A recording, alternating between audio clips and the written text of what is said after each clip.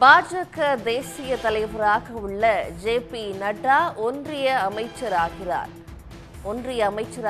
JP. Nadda Modi தலைமையிலான புதிய அமைச்சரவையில் ஜே.பி. நட்டா இடம்பெறுகிறார்.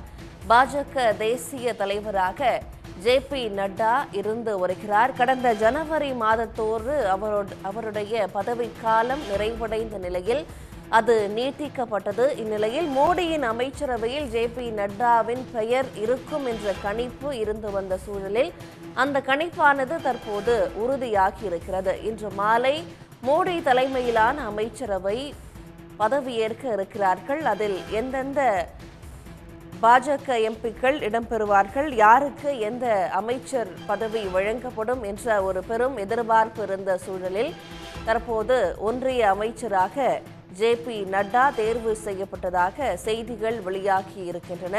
அவருக்கு எந்த துறை வழங்கப்படும் என்பது குறித்து பின்னர் தெரியவரும். இந்நிலையில் ஜே.பி. நட்டாவின் பதவிக்காலம் இந்த மாதத்துடன் முடிவடைகிறது. அடுத்ததாக ஒன்றிய அமைச்சராக பதவியேற்க இருக்கிறார் ஜே.பி. நட்டா. ஜே.பி. நட்டாவின் பதவிக்காலம் நீட்டிக்கப்பட்ட அந்த பதவிக்காலமானது இந்த மாதத்துடன் நிறைவடைய உள்ள சூழலில் தற்போது ஒன்றிய அமைச்சராக ஜே.பி. நட்டா பதவியேற்க இருக்கிறார்.